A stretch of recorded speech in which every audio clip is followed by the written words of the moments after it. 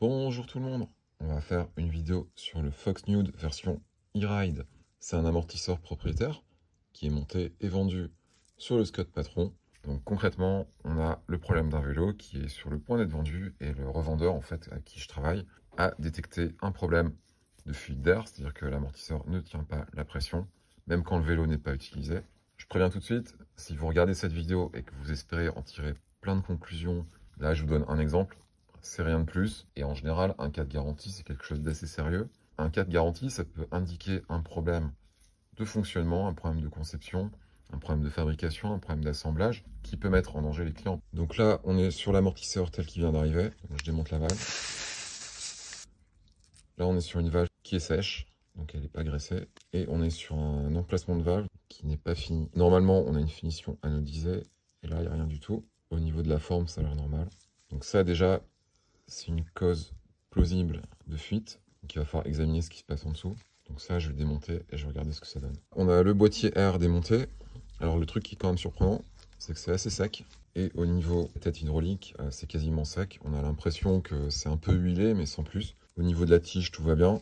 Et ensuite, au niveau donc, du joint interne qui est ici, en général, c'est pas toujours bien en place quand il y a une fuite, mais ça a l'air en place. Je vais regresser ça, je vais tester la pression. Donc là, l'amortisseur a été mis sous pression 200 PSI et je vais contrôler dans 24 heures. Et maintenant, on est 24 heures plus tard. Donc on va mesurer la pression pour voir si elle a baissé. Le client m'a indiqué que l'amortisseur perdait sa pression en 24 heures, à peu près 50% de la pression qui était perdue en 24 heures. Donc je vais brancher la pompe dessus, qui est dotée d'un manomètre. En fait, ce qui va se passer, c'est qu'il y a certes une partie de la pression qui va partir dans la pompe. Concrètement, c'est 10, 20, peut-être 30, mais ça ne devrait pas être 100 PSI. Je branche la pompe sur l'amortisseur et on va voir ce que ça donne.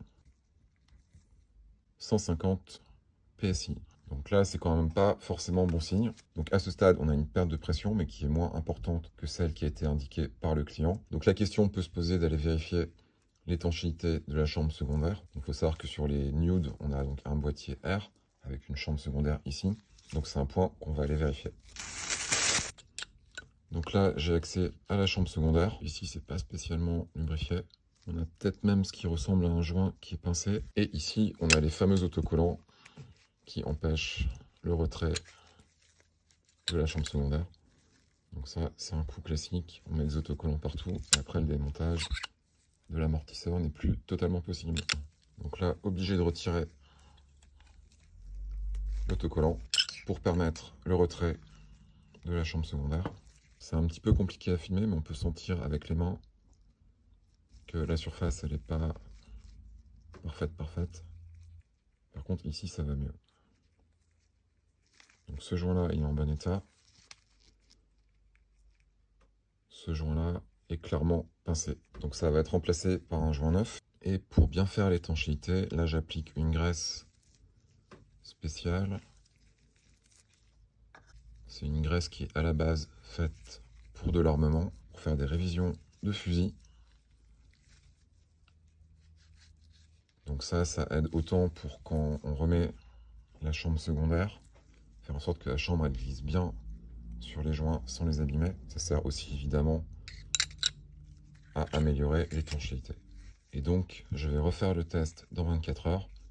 Et la question sera de savoir si on est sur une baisse de 10 ou 20 PSI ou encore une baisse de 50 PSI. Et maintenant, on est 24 heures plus tard, 150 PSI et pas 200. La raison étant que les 200 PSI ont fait exploser une des pompes. Je vais utiliser une pompe Fox. Je l'ai testée hier et en fait, quand on la branche sur l'amortisseur, elle prend 15-20 PSI. Et ça a l'air plutôt pas mal, sachant que c'était mis à 150 PSI hier. Il y a plus de 24 heures, on est sur un problème qui a été résolu.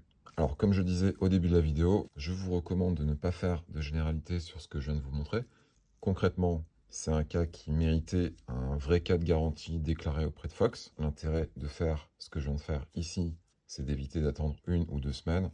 C'est un peu le délai constaté en Suisse. Il faut comprendre qu'il y a vraiment une diversité de cas de garantie possibles. Donc là, ce que je viens de faire, c'est une chose qui peut être faite dans certains cas, mais pas toujours. Voilà, j'espère que c'était intéressant. À la prochaine.